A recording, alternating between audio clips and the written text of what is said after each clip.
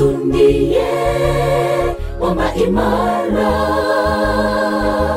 kanisa lake anayelichunga ni yeye, hawezi liacha wala hata liangalia tu, litasimama imara hadi mwisho wa dahari. Yesu ndiye mwamba imara, kanisa lake anayelichunga ni yeye, hawezi liacha wala hata liangalia tu, litasimama imara hadi mwisho wa dahari. Yesu ndiye mwamba imara, kanisa lake Mungu limejengwa juu yake, halitayumbishwa nayo majaribu kamwe, litasimama imara hadi mwisho wa dahari.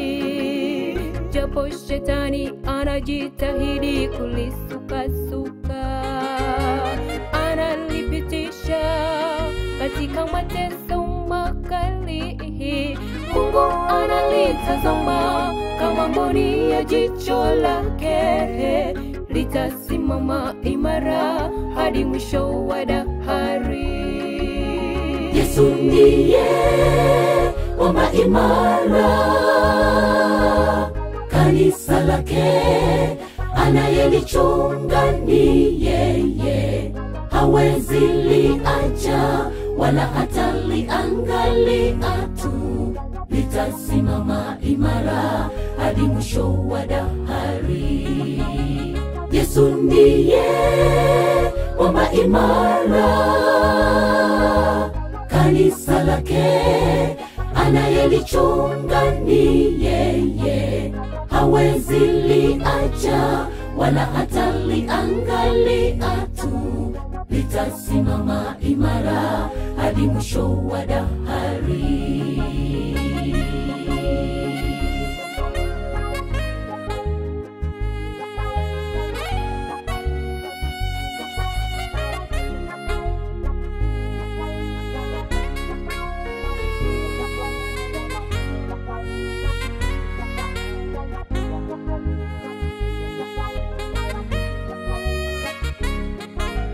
Kanisa hili la Masario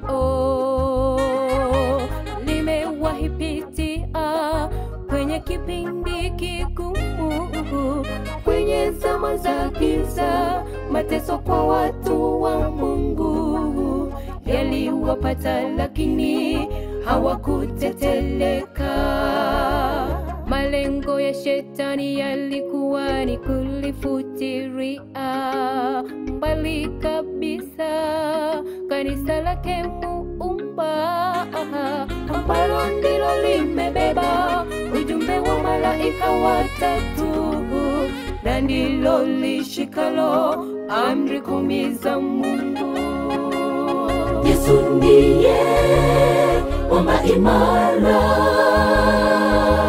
kanisa lake anayelichunga ni yeye, hawezi liacha wala hata liangalia tu, litasimama imara hadi mwisho wa dahari. Yesu ndiye mwamba imara, kanisa lake anayelichunga ni yeye, hawezi liacha wala hata liangalia tu, litasimama imara hadi mwisho wa dahari.